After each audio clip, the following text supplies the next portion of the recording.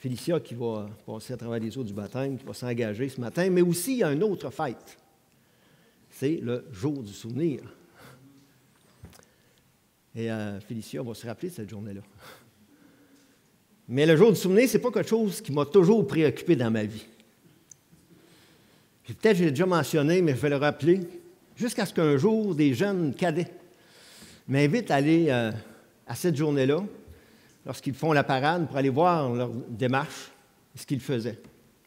Fait que j'ai accepté d'aller les voir. Je les ai suivis partout à la parade qu'ils ont fait, jusqu'à temps que j'arrive dans ma région, Shawinigan, puisqu'il y a un monument en mémoire du jour du souvenir, en mémoire de ceux qui ont donné leur vie. Et en écoutant les discours de tous et chacun, ce qu'ils ont dit, alors là, ça m'a percuté énormément.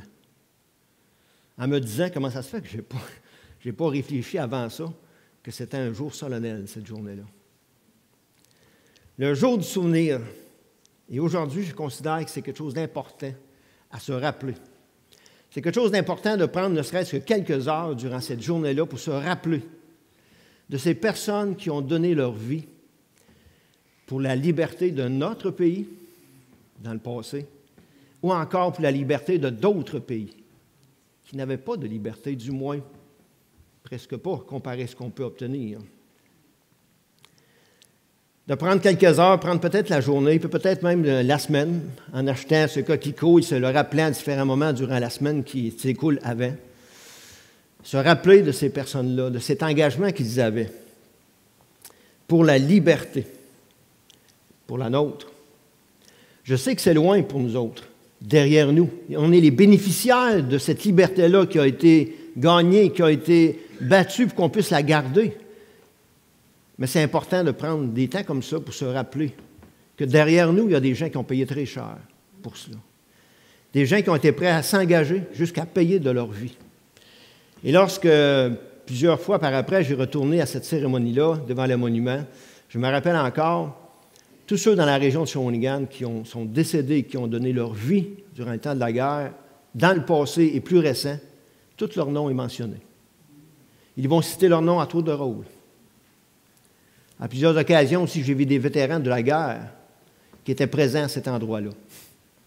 On les reconnaissait à cause de leur habit. Leur habit de combat, leur habit de cérémonie, peu importe, mais ils étaient là. Parfois entiers, parfois pas entiers. Certains amputés, certains malades. Mais ils étaient là, puis ils voulaient se rappeler. Et je trouvais que c'était important que moi-même, je me rappelle de cela. J'irais jusqu'à dire que c'est important que pour moi-même, que je me rappelle, en tant que croyant, ces moments-là. Je ne sais pas si je vais l'avoir. Je me souviens, rappelez-vous de cette expression-là. Le jour du souvenir, l'étiquette qu'ils vendent pour aider, entre autres, pour défrayer des coups, pour se souvenir de ce que ça a eu lieu. C'est-tu correct le micro? Oui. Juste le tasser. C'est comme ça, c'est beau. Et parfois, à certains endroits qui ont cette cérémonie-là, on l'enlève, c'est ça? C'est pas pire comme ça? D'accord. Libéré. Ça, c'est bon, ça. Et l'engagement qu'on a eu à l'Église que j'allais avant à Shawinigan, c'est qu'on a décidé de prendre l'engagement de payer une couronne tous les ans avec tous ceux qui payent une couronne pour être là présent et se souvenir de cette journée-là, se souvenir aussi de ces gens qui ont payé de leur vie pour qu'on puisse bénéficier de cette liberté-là. Se souvenir aussi de ces personnes qui étaient prêtes à payer de leur vie pour aller aider ceux qui n'avaient pas de liberté ailleurs. Et ça me rappelait toujours un principe qui est dans la Bible, il n'y a pas de plus grand amour que de donner sa vie pour nos amis. Imaginez quelqu'un qui donne sa vie pour ceux qu'il ne connaît pas, pour leur liberté. Ça fait écho là, quand tu es croyant, quand tu es chrétien, que tu entends ça. Mon grand étonnement aussi, lorsque je suis venu dans la région, je me suis rappelé qu'ici, il y a Bagotville. Et probablement, présentement, il y a une cérémonie qui est en train de se préparer. Eux, ils sont bien équipés, ils sont dans un hangar immense. Ils sont à l'intérieur, 2 journées, Shawinigan, je ne sais pas ce qu'ils sont, là. 6 pouces de neige peut-être, là. avec du vent, c'est sûrement pas drôle. C'est arrivé une fois ce que j'ai été, ce que il faisait beau. Toutes les autres fois, il ne faisait pas beau. Et là, ils sont là, eux autres, puis toute une cérémonie vont d'être là. J'aurais aimé que certains vétérans, certains ceux retraités ou ceux qui sont là puissent être avec nous autres pour nous le rappeler, mais ils sont là, probablement la plupart, en mémoire de ces personnes-là. J'aimerais peut-être aussi vous rappeler une petite histoire. Une histoire que j'ai lue dans une petite revue. Vous pouvez l'avoir disponible à l'arrière, toutes sortes d'histoires pour le temps des fêtes. Il y a une des histoires qui raconte, c'est celle-ci. À l'époque de la dernière guerre mondiale, la deuxième guerre mondiale qu'il y a eu, il y avait un père aux États-Unis, dans la région de New York, qui se promenait avec son fils de 5 ans dans les rues un soir. Et les rues étaient illuminées, les maisons étaient illuminées. Et son fils a remarqué que dans la fenêtre de plusieurs maisons, il y avait des étoiles. Parfois, il y avait une étoile, parfois, il y avait 2 étoiles ou plusieurs étoiles. Et le petit garçon a demandé à son père, il dit, pourquoi qu'il y a des étoiles comme ça, dit, dans les fenêtres des maisons? Et son père, pour lui raconter l'histoire, lui explique que c'est pour dire que chaque famille qui a une étoile comme ça, c'est parce qu'il a prêté un de ses enfants, un de ses fils, pour son pays, qui sont partis à la guerre. Et parfois, il y en avait qui donnaient plus qu'un fils, souhaitant qu'il revienne vivant, bien entendu. Et lorsqu'il y avait un fils qui était décédé, alors là, l'étoile qui était là était changée pour une étoile d'or.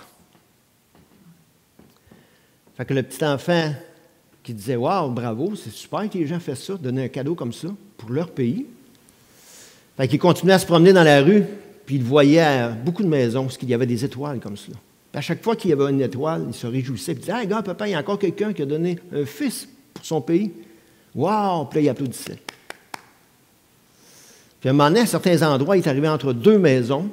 Il s'est arrêté, il a reculé, il disait « Hey, regarde, papa, il y a une étoile là, dans la fenêtre du ciel. » Entre 2 maisons dans le ciel, il y avait une étoile très brillante seule. Puis il dit « Regarde, papa, il dit, c'est Dieu qui a donné son fils pour son pays. » Et le père est parti à sourire aussi. Puis il a expliqué que, 1, c'est une étoile, mais 2, le père a donné son fils, mais pas juste pour le pays à quel il était, mais pour le monde entier. Une leçon d'objet simple. Je rouvre la parenthèse, peut-être que dans le temps des fêtes, vous allez voir une étoile qui va être à quelque part sur un sapin. Peut-être que ça va vous rappeler un peu. Ça n'a peut-être pas aucun lien, là, en réalité, mais une leçon à retenir. Dieu a donné un fils pour que le monde soit libéré, sauvé, et qu'un jour il puisse pénétrer en sa présence glorieuse. J'aimerais aussi vous raconter une autre histoire. Je vous fais une intro, d'accord? C'est une scène du film « Il faut sauver le soldat Ryan ». Peut-être plusieurs ont déjà vu ce film-là. Et déjà au début du film, ça raconte une histoire d'un vieillard qui va dans un cimetière où les hommes d'armée ont été enterrés. Puis il va se rappeler ceux qui ont donné leur vie pour lui. Puis l'histoire du film commence comme cela. Et ça raconte une histoire de 4 frères qui ont été enrôlés dans l'armée de la même famille, mais il y a 3 de ces frères qui sont décédés. Et dans les archives qu'ils vont recruter pour savoir qui est décédé, qui est toujours vivant, ils vont s'apercevoir que les 3 fils sont décédés. Alors, ils vont passer les paperasses jusqu'à hautes instances, puis là, ils vont prendre un commandement et donner la mission à une équipe, je crois qu'ils étaient 8 soldats, de l'autre côté du continent, donner une mission d'aller chercher le 4e frère pour le retirer de la guerre, pour le sauver, pour ne pas que la famille soit disséminée. Je crois qu'il n'y a pas de son, mais je vais quand même voir la scène. Durant qu'ils font cette... tu peux-tu le partir, Gilles? Durant qu'ils vont décider cela, ils vont le mentionner. Puis c'est des choses qui sont arrivées pour de vrai là, aux États-Unis, entre autres dans l'armée. Il y a toujours, ce qui arrive, lorsqu'ils savent que les enfants sont décédés, alors là, il y a une délégation spirituelle et haute instance qui vont aller voir les personnes, les familles, pour leur annoncer que leurs fils, que les fils sont décédés. Les parents et la mère, surtout, souvent, ils anticipent ces moments-là. Elle vit à la campagne, sur une terre. Ce n'est pas tous les jours qu'il y a des visiteurs qui vont la voir. Et dans la scène qu'on voit, on voit bien qu'il semble avoir l'impression qu'il se passe quelque chose. Pas normal. Elle s'en doute. Elle voit venir à sa maison la voiture du shérif, ce qui n'est pas normal, habituel. Alors là, elle va se diriger vers la porte. La musique n'est pas là, on va juste regarder la scène, là, mais toujours la musique appropriée. Elle prend les devants pour sortir dehors.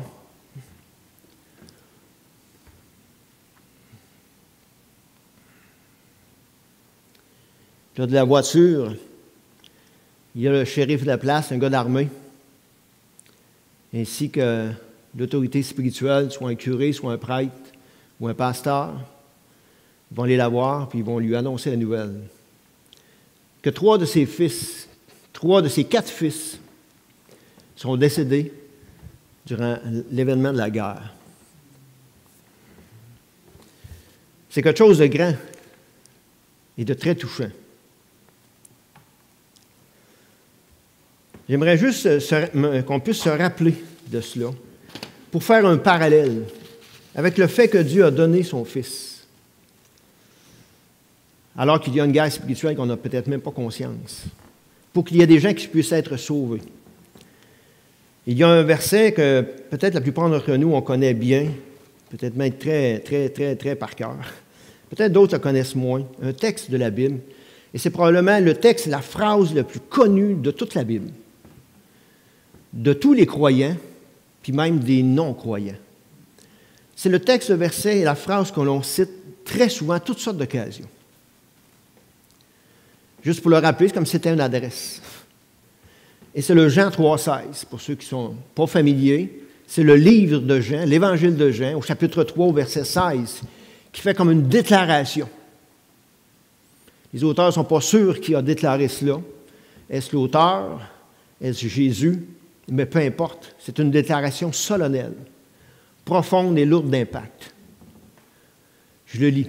« Car Dieu a tant aimé le monde qu'il a donné son Fils unique, afin que quiconque croit en lui ne périsse point, mais qu'il ait la vie éternelle. » J'aimerais ça qu'on puisse aller visiter un peu plus ce texte qui est connu pour plusieurs d'entre nous, pour être capable de saisir un peu plus quelque chose de ce texte, de cette déclaration-là. J'aimerais ça m'attarder peut-être en un mot, important, qui passe peut-être inconnu quand on le lit à la première vue, et c'est le mot « tant ». Car Dieu a tant aimé le monde, pour nous aider à saisir, par comprendre cet élan de cœur qui est avant le mot « aimer ». Le texte aurait pu être écrit « Car Dieu a aimé le monde ». Ou il aurait pu dire « Car Dieu a un peu aimé le monde ».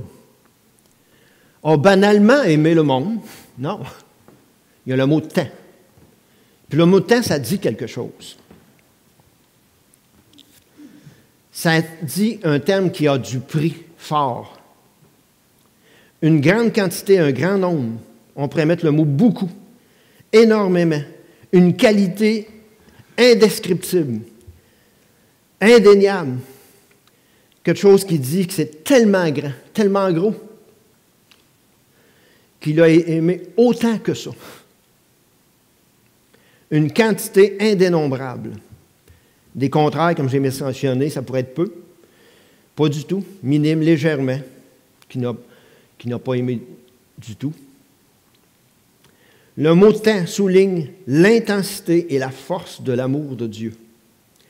Un amour suprême à un tel point, à un tel degré, à une telle proportion, qui ne se calcule pas, qui ne se mesure pas, mais qui se déclare.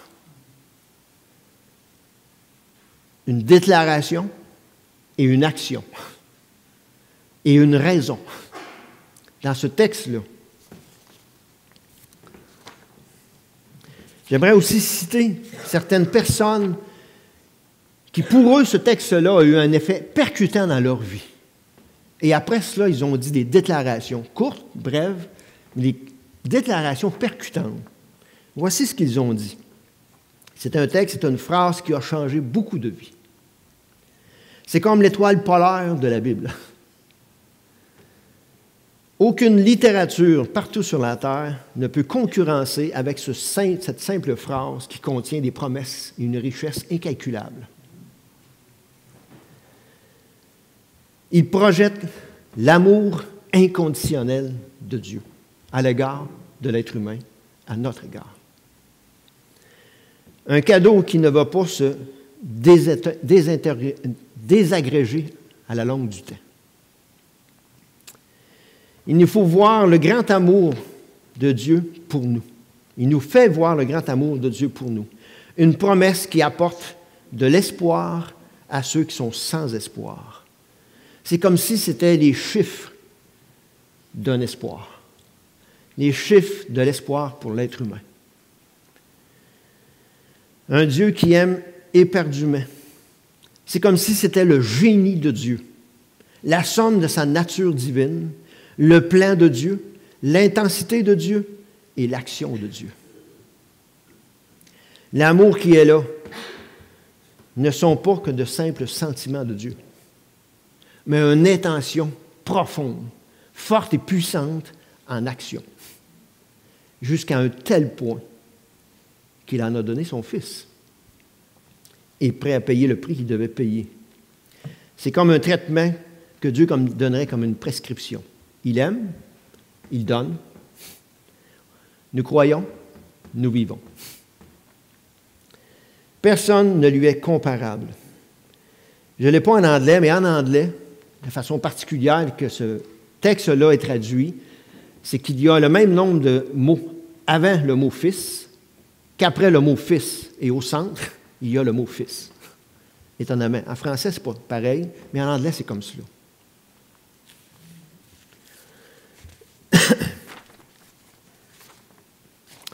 C'est tout un verset et c'est toute une déclaration dans cette phrase, cette promesse. C'est grand, c'est gros, c'est immense, c'est intense, c'est fort, c'est incalculable.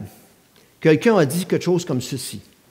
Comme les fleuves dans un pays sont une porte d'entrée pour rentrer au cœur d'un pays, de la même façon, ce texte, cette phrase, est comme une porte d'entrée pour nous permettre d'entrer au cœur de ce Dieu si aimant.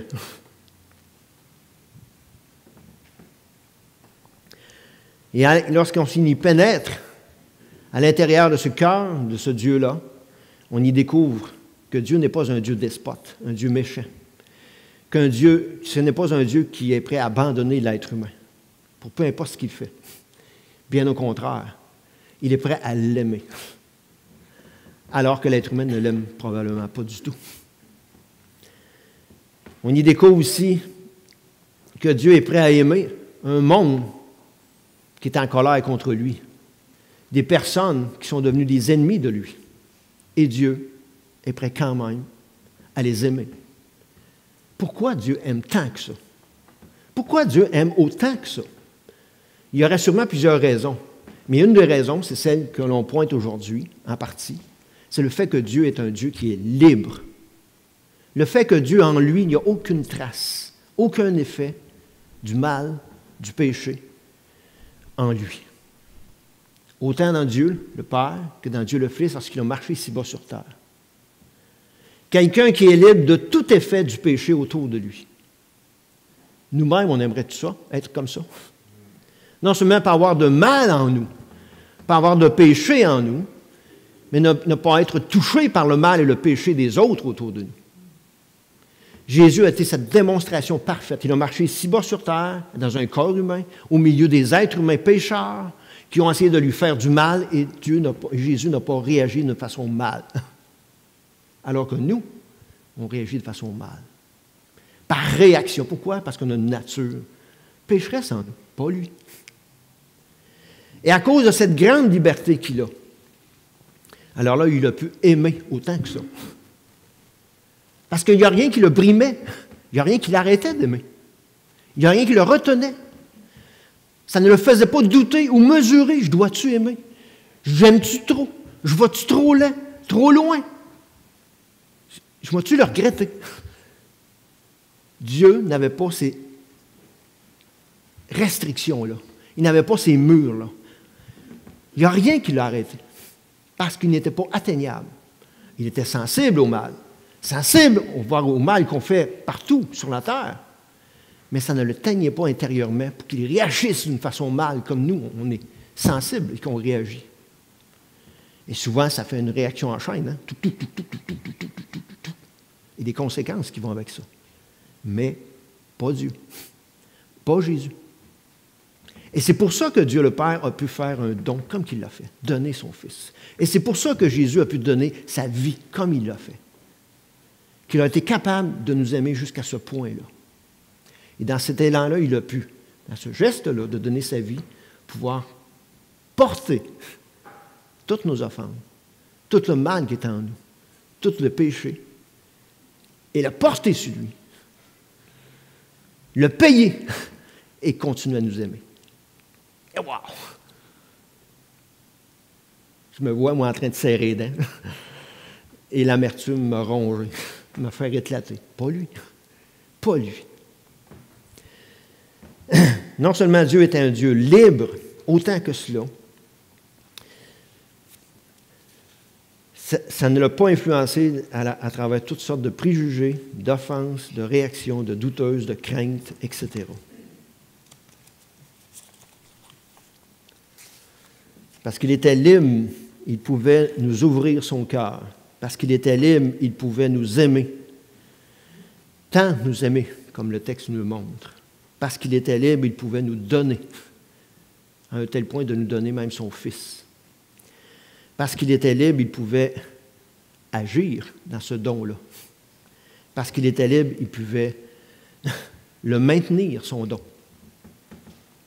Il ne s'est pas décidé en cours de route de retirer son don. Non, je retire. Non, je ne le donnerai pas. Puis un coup qu'il l'a donné, qu'il était jusqu'au bout, il ne l'a pas regretté. Et encore aujourd'hui, il ne regrette pas d'avoir donné son Fils. Et encore aujourd'hui, le Fils ne regrette pas d'avoir donné sa vie pour nous, pour des pécheurs. Pas du tout. Hey, ça, c'est d'être libre, là. On est loin d'être libre comme ça, nous? Mais Dieu est conscient que l'être humain a besoin de liberté. Le jour du souvenir, on se rappelle de cela, que les gens crient après la liberté dans des pays où ils n'ont pas de liberté. Que des gens vont aller faire des mains et des pieds pour les libérer. Mais au plus profond de l'être humain, c'est d'abord là où il n'est pas libre. Dans son âme, s'il y a des atrocités qui se commettent autour de nous, partout sur la terre, c'est d'abord parce que l'être humain n'est pas libre au plus profond de lui-même. C'est d'abord parce qu'il est pécheur en lui. C'est d'abord parce qu'il est prisonnier de ce mal-là en lui. Il a des chaînes un peu comme cela.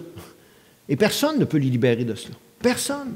Il n'y a pas un fusil, il n'y a pas une guerre, il n'y a pas une armée qui peut libérer l'être humain de cette prison intérieure. Il n'y a qu'une seule personne qui est sans péché, qui a la clé et qui est à l'extérieur de nos prisons. Jésus. Et c'est pour ça qu'il a fait la démarche partir du ciel jusqu'à nous.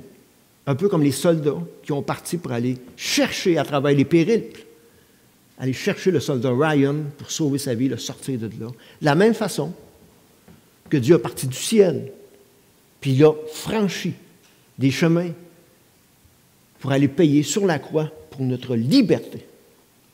Et cet élan de cœur, d'amour, cet écho a fait son chemin à travers les temps, les époques, les personnes, incalculablement, jusqu'à nous aujourd'hui, pour nous rappeler, pour nous dire qu'il veut nous libérer encore aujourd'hui par ce que Jésus a fait à la croix.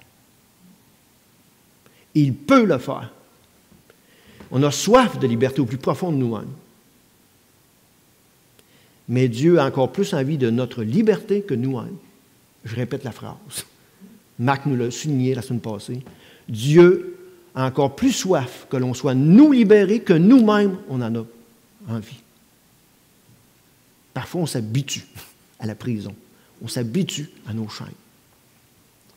Non seulement il veut le faire, il y a une action qui peut se faire dans notre vie pour être libéré, mais en plus, après, on peut apprendre à vivre de cette liberté.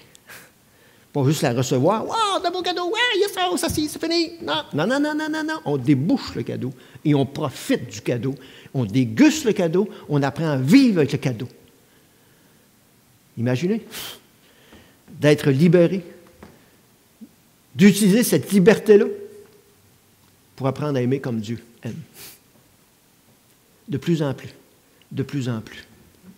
Que ces restrictions, ces choses mal en nous, qui viennent nous percuter, ou à l'extérieur de nous, nous empêchent de moins en moins à pouvoir aimer de plus en plus. Comme Dieu.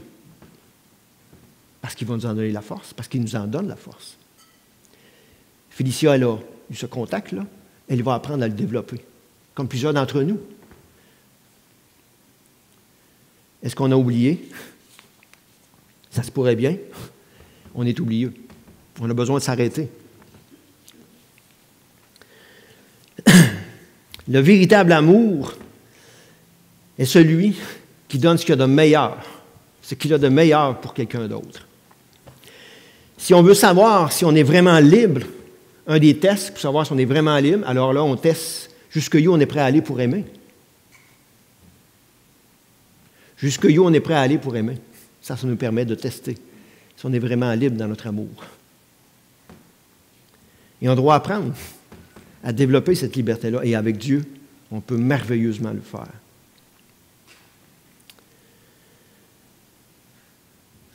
Jésus a donné sa vie pour ses ennemis parce qu'il les aimait. Dieu n'attend pas que ces personnes-là, pour qui il a donné sa vie, deviennent meilleures avant. Alors, il a donné sa vie, puis il va avoir encore cette percussion-là dans notre vie. Je me souviens encore d'un homme, quelqu'un qui était responsable, pasteur dans une église de l'Armée du Salut, Roch Marcoux, et qui résumait, j'ai entendu son témoignage, c'est quelqu'un qui était dans les rues de Montréal, qui vivait presque sans abri. Puis moi, il dit, si je devais résumer comment Dieu a eu contact avec moi, ben moi, il dit, c'est pareil comme si moi, j'aurais été dans une ruelle de Montréal, dans le vieux Montréal, là, assis, couché dans les sacs de poubelle. Et Jésus serait venu dans cette ruelle-là, jusqu'à moi, puis il aurait venu me chercher sans se pincer le nez. Dieu, c'est comme ça qu'il aime. Un amour incalculable. Et ce gars-là, Roch, était tellement, tellement reconnaissant d'avoir été aimé comme ça. Jamais dans sa vie, ça y est arrivé. Il se battait dans la vie, il passait incognito, plus personne ne le regardait, ne se préoccupait de lui, jusqu'à ce qu'un jour, Dieu vienne à lui. Je ne peux pas m'empêcher de vous poser la question, de me poser la question encore, peu importe qui on est. Est-ce qu'on sait combien on est aimé de la part de Dieu? Est-ce qu'on a oublié à quel point on est aimé de la part de Dieu? Peut-être pour certains, c'est la première fois que vous entendez parler de cet amour-là de Dieu. Je vous demande de le considérer. Moi aussi, j'ai eu une première fois que j'ai entendu parler de cet amour-là. Mais peut-être parmi nous, on a oublié cet amour-là. On a oublié cet élan de cœur de Dieu. Et c'est humain. Peut-être certains, oui, on est peut-être même fidèles à une église ici ou ailleurs, puis on suit, mais on a amoindri la valeur de cet amour-là. On a besoin de des moments comme aujourd'hui. Comme Félicia, ce qu'elle va faire dans son geste, pour se rappeler, « Hey, oh, c'est gros ce que le Seigneur a fait pour moi, là. Hey, il est encore là, cet élan d'amour-là. Il n'est pas juste là le jour où ce qu'il a fait à la croix. Il n'est pas juste là le jour où j'ai croisé Dieu dans ma vie, à la conversion. Mais il est encore là aujourd'hui. Et cet amour-là n'a pas diminué d'intensité. Elle est toujours tant aimée, incalculable, aussi forte. Elle ne baisse pas d'intensité, ce qui n'est pas le cas avec nous. Hein? Nous, on doit la craquer, on doit la pomper, on doit l'entretenir parce que pas Dieu. Pas Dieu. Je ne peux pas vous l'expliquer, mais c'est comme ça. D'une façon incalculable. Nous vivons trop souvent comme si on était des mal-aimés. Nous vivons trop souvent comme si on était des mal-aimés. Est-ce qu'on veut être bien-aimé? Aimer intensément. Goûter à cet amour-là. D'en vivre. Et il veut que l'on sache à quel point il nous aime. L'attelé, je vous fais un court résumé, on a écrit le verset différent, un peu par échelon. Dieu, celui qui aime le plus, a tant aimé le plus grand amour, le monde, le plus grand nombre de personnes, qu'il a donné le plus grand acte, son Fils unique, le plus grand don. Comment je fais pour l'avancer? OK, merci. Afin que quiconque, la plus grande offre, croit en lui la plus grande simplicité, ne périsse pas la plus grande promesse, mais la plus grande différence, qu'il ait la plus grande certitude, la vie éternelle, le plus grand bien. Réécris la phrase différemment, réécris le texte différemment. L'attelé, croire. Croire à cet élan de cœur de Dieu. Croire à cet amour-là. Croire que Jésus a été prêt à donner sa vie, qu'il l'a donné. Croire que ça, je peux être bénéficiaire de cela. Croire que Dieu veut me libérer de ma prison par cet élan d'amour-là. C'est là qu'est l'attelé. On va l'essayer. Peux-tu me l'avancer, Gilles? Merci. On ne voit pas beaucoup, mais s'associer à Dieu, c'est comme si Dieu aurait pris toutes nos offenses, nos péchés avec lui sur la croix et qu'il aurait payé à notre place. Je ne les dirai pas toutes, mais il y a une liste de choses mal, de péchés qui sont écrits là, sur la personne de Dieu, sur la croix de Jésus, et qu'il a porté pour nous lorsqu'il est mort, qu'il a payé pour nous lorsqu'il est mort. J'aimerais faire peut-être l'exercice que l'on fait souvent, c'est difficile de passer au côté, c'est de relire ce texte-là et de placer notre nom. Oui, Dieu a tant aimé le monde, mais cette même amour-là ne change pas d'intensité pour chacun d'entre nous. Le jour où on a cru, ou encore aujourd'hui, alors que ça fait peut-être des années qu'on connaît ça. Alors, je vais me permettre de mettre mon nom, de le citer, et dans votre taille, dans votre cœur, vous pouvez mettre votre nom. Et considérer que cet élan d'amour, ce geste, cette action qui a été faite à travers ce texte-là, c'est aussi pour vous personnellement. Et ça nous aide à considérer l'amour de Dieu différemment. Car Dieu a tant aimé René, qu'il a donné son Fils unique afin que René croit en lui, ne périsse point, mais que René ait la vie éternelle. Wow. Ça change toute la dimension, hein? Mais ça ne change pas la valeur. On le prend ou on ne le prend pas. C'est à nous de choisir.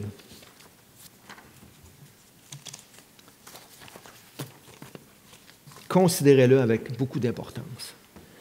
J'ai tendance à... Puis j'ose le faire. Tantôt, on va citer un baptême. Puis je vais oser le faire encore. Parmi ceux qui se sont déjà fait baptiser, volontairement, consciemment,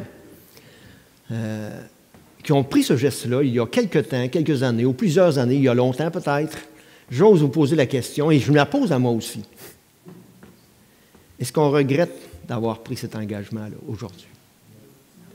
Est-ce qu'on le referait si on aurait à le refaire? Est-ce qu'on l'a oublié un peu? Est-ce que c'est bon de se le rappeler comme on le fait aujourd'hui? Répondons entre nous et Dieu. Parce que c'est lui qui est là, qui veut nous parler encore aujourd'hui. Ça en vaut le prix énormément. On est les bénéficiaires de quelque chose de très grand. Aujourd'hui, Félicia, tu vas te faire baptiser. Consciemment, volontairement, tu vas t'engager à vivre pour ce Dieu qui t'a tant aimé et qui t'aime encore et qui va toujours t'aimer. Personne ne va t'aimer comme ça, Félicia. En prenant cet engagement, tu vas te souvenir de ce qui s'est passé entre toi et lui. Un jour, à quelque part. Et ce qui est étonnant, c'est que le 11 novembre 2018, à chaque fois que le 11 novembre va revenir à tous les ans, tu vas pouvoir te rappeler plus facilement peut-être que nous ton engagement. Moi, je me souviens, la journée où je me suis engagé, mais je ne suis même pas capable de mettre une date. Pas fort, là, mais en tout cas. Un geste symbolique, mais un geste de toute une grande importance. tu vas accepter de vivre et d'honorer ce Dieu-là qui a donné sa vie pour toi et qui serait encore prêt à le refaire s'il devait le faire. Et je voudrais aussi que tu considères que ce geste que tu vas faire là, que tu le veuilles ou pas, ça va parler à beaucoup de personnes. À toi, personnellement, ça c'est sûr. Mais à tous nous autres qui sommes ici, réunis. À ceux peut-être qui vont écouter ou regarder l'enregistrement. Ça va avoir un effet percutant. Ça va nous faire réfléchir. Ta vie va nous faire du bien. Ce que je te souhaite aussi, Félicia, après cela, c'est d'apprendre à vivre de cette liberté que Dieu va te donner, qui t'a déjà donné, mais qui va apprendre à élargir dans ta vie. Je te souhaite de déguster cet amour-là de la part de Dieu pour que tu puisses, toi, apprendre à aimer comme que lui sait aimer. Et qu'on a tant besoin d'apprendre à aimer de lui. Ton engagement va nous parler à nous tous. On avance. Peux-tu me l'avancer, Gilles? D'une façon courte, ceux qui ne sont pas familiers, on est dans les eaux du baptême. Première étape, c'est comme si on était crucifié avec Christ. On s'est identifié à lui, à ce geste qu'il a eu à la croix. Deuxième étape, on est comme enseveli. Jésus est mort, puis il est enseveli dans un tombeau fermé, enseveli sous l'eau, quelques secondes. Ne vous inquiétez pas. Il va être relevé. Et lorsqu'on la relève, c'est l'image de la résurrection de Dieu qui marque la résurrection dans notre vie. C'est juste un geste symbolique, ça n'a rien de mystique. La chose la plus importante, c'est qu'avant qu'elle se fasse baptiser, il s'est passé quelque chose, spirituellement parlant, dans sa vie à Félicia. Quelque chose de percutant, et c'est pour ça qu'elle fait ce geste-là aujourd'hui, un engagement public, en rapport à ce qui s'est passé dans sa vie, qui nous démontre l'engagement qu'elle veut prendre pour le reste de sa vie. On avance, Gilles, s'il te plaît, t'es meilleur que moi, je pense. Je me souviens. Félicia, souviens-toi. Nous, souvenons-nous. Et si ceux qui, peut-être pour la première fois, assistaient à cela, j'espère que vous allez vous souvenir de cette journée-là. Si vous le perdez de vue, l'année prochaine, le 11 novembre, rappelez-vous de l'engagement de Félicia. Rappelez-vous à quel point Dieu a soif de liberté pour nous. Et à quel point il nous aime tant, autant que ça. Steve, je te remets les armes.